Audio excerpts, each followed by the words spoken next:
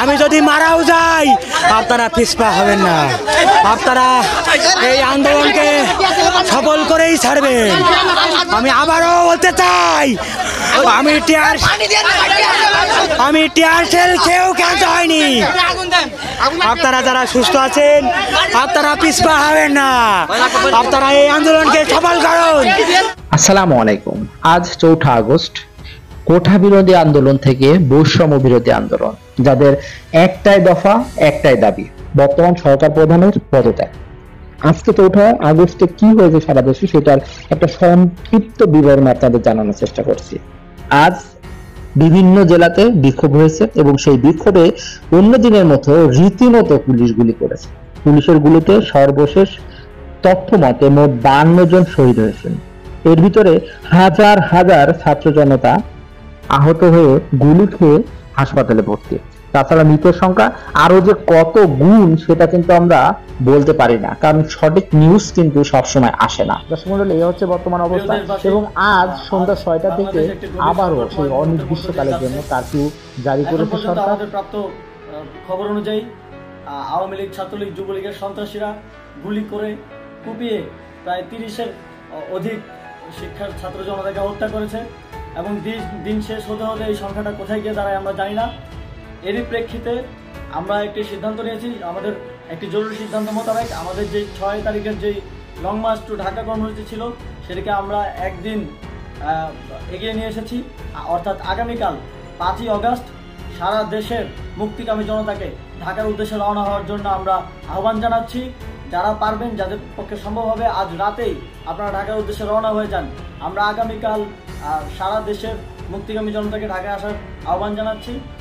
বিশেষ করে ঢাকার আশেপাশে যে জেলাগুলো আছে আপনারা দায়িত্ব নিয়ে মসজিদের মাইকে ঘোষণা দিয়ে যাদেরকে পাবেন সবাইকে নিয়ে ঢাকার উদ্দেশ্যে রওনা হন। এই লড়াই আমাদের জন্য একটি চূড়ান্ত লড়াই।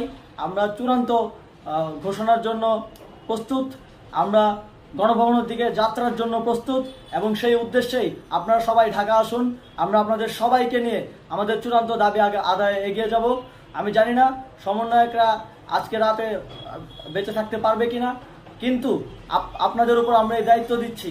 আপনারা সবাই নিজ দায়িত্বে ঢাকায় আসবেন আগামীকাল এবং পরশু পরিস্থিতি বিবেচনা করে পরশু গণভবনের দিকে 4 দিক থেকে আমরা রওনা হব। আমরা খুব আতঙ্কের সাথে লক্ষ্য করছি যে ছাত্রলীগ, যুবলীগ এবং আওয়ামী লীগের গুন্ডারা পুলিশের অস্ত্র দিয়ে পর্যন্ত সাধারণ জনগণের উপর হামলা করছে। কিন্তু একটি সুখের খবর হচ্ছে সারা দেশের বিভিন্ন স্থানে সেনাবাহিনী ছাত্র জনতার পক্ষে দাঁড়িয়েছে, আবার কিছু কিছু জায়গায় যেমন মিরপুর ও মোহাম্মদপুরে সেনাবাহিনী ছাত্র জনতার বিপক্ষে দাঁড়িয়ে গুলি চালাচ্ছে। আমরা সেনাবাহিনীর প্রতি আহ্বান জানাতে চাই, আপনারা এদেশের নাগরিক এবং আপনারা এদেশের নিরাপত্তার দায়িত্বে আছেন, এদেশের জনগণের যানবাহনের নিরাপত্তার দায়িত্বে আছেন। আপনারা দেশের পক্ষে এবং দেশের জনগণের জন্য কাজ করবেন। কোনো খুনি সরকারের জন্য, কোনো খুনি রাজনৈতিক দলের জন্য কাজ করবেন না। এটি এদেশের জনগণ আপনাদের থেকে প্রত্যাশা করে।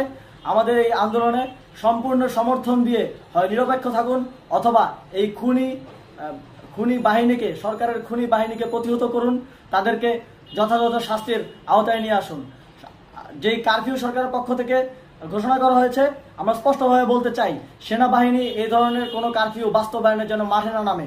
যদি মাঠে নামে তাহলে সেনাবাহিনী স্পষ্টভাবে অফিসিয়ালি জনতার বিরুদ্ধে দাঁড়াবে। আমরা চাই না সরকারের এই ষড়যন্ত্রে সেনাবাহিনী পা দিক। সেনাবাহিনীকে জনতার বিরুদ্ধে দাঁড়ানোর যে ষড়যন্ত্র সরকার রচনা করছে সেটিতে সেনাবাহিনী পা দিবে না, এই বিশ্বাস আমরা রাখতে চাই। আওয়ামী লীগ আজ সারা দেশে তাদের খুনি বাহিনীকে নামিয়ে দিয়েও ছাত্র জনতার প্রতিরোধের মুখে টিকতে পারেনি। রাজপথের পরাজিত শক্তি হিসেবে তারা সেনাবাহিনী সহ অন্যান্য বাহিনীকে আমাদের বিরুদ্ধে কাজে লাগানোর চেষ্টা করছে। এই চেষ্টাকে, এই ষড়যন্ত্রকে ব্যর্থ করতে হবে এবং আগামীকাল সারা দেশে মসজিদে মসজিদে ঘোষণা দিয়ে ঢাকার উদ্দেশ্যে আপনারা রওনা হন। প্রত্যেকটি পরিবার থেকে অন্ততপক্ষে একজনকে ঢাকার উদ্দেশ্যে রওনা করে দিন, এই ইতিহাসের সাক্ষী হতে, একটি নতুন বাংলাদেশের অভ্যুদয় ঘটানোর একজন কর্মী হতে। ধন্যবাদ সকল।